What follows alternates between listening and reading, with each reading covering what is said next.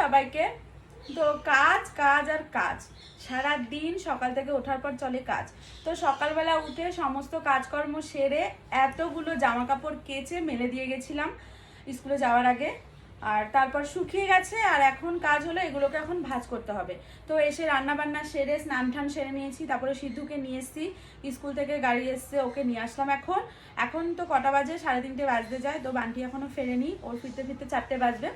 তো সমস্ত কাজকর্ম সেরে নিয়েছি, এখন এইগুলো এখন ভাঁজ করব। আর সিদ্ধু স্নান করে আসলে ওকে খেতে দেব, তারপর বান্টি আসলে তারপর আমি খাবো। তো দেখতে পাচ্ছ সকাল থেকে ঘুম থেকে ওঠার পর আমার হলো সারা দিন কাজ চলে। বিকেল 4টে-5টা বেজে যায়, তাও দুপুরের খাওয়া আমাদের হয়ে ওঠে না, কারণ বান্টি আস্তে আস্তে দেরি হয়ে যায়। আর বান্টি না আসলে আমি একা একা খেয়ে নিই না, ও আর আমি একসাথেই খাই। এটা হলো আমার সর্বকালের অভ্যাস, যেটা মানে যতদিন আমাদের বিয়ে হয়েছে, মানে ওকে ছাড়া আমি খাই না। তো যাই হোক, সকালের কাজটা এখন সারতে হবে, মানে এই জামা কাপড়গুলো এখন ভাঁজ করে গোছাতে হবে। তারপরে আবার আজকে এতগুলো জামা কাপড় তো কেচে মেলে শুকিয়ে নিলাম, আবার কালকে রাত পোহাবে, কালকে সকালে আবার কতগুলো জামা কাপড়। তোমাদের এরকম কার কার বাড়িতে আছে যে প্রতিদিন জামা কাপড় কাচতে হবে? আমাকে কিন্তু প্রতিটা দিন জামা কাপড় কাচতে হয়, অল্প হোক বেশি হোক।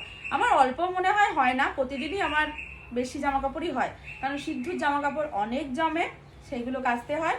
তারপর যেহেতু আমার কালকে স্কুল ছুটি আছে, আমি এই 2 দিন যে জামা কাপড়গুলো পরেছি সেগুলোও কাচতে হবে। আর বান্টির জামা কাপড় সপ্তাহে 2 দিন কাচা হয়, ওরটা বেশি হয় না, বেশি কাচতে হয় আমার আর সিদ্ধুরটা, কারণ বাচ্চা বাড়িতে থাকলে তার জামা কাপড় ডেলি না কাচলে হয় না। আর সে তো একটা জামা কাপড় পরে না, খালি সেকেন্ডে মানে যেটা একবার পরে তারপর আবার চেঞ্জ করে পরাতে হয়। তো তোমাদেরও নিশ্চয়ই যাদের বাড়িতে মানে বাচ্চা রয়েছে তাদেরও এরকম করতে হয়। তো আমার সিদ্ধু ছোট্ট থেকে হওয়ার পর থেকে আমার এই কাচার কাজটা কিন্তু অনেকটাই বেড়ে গেছে।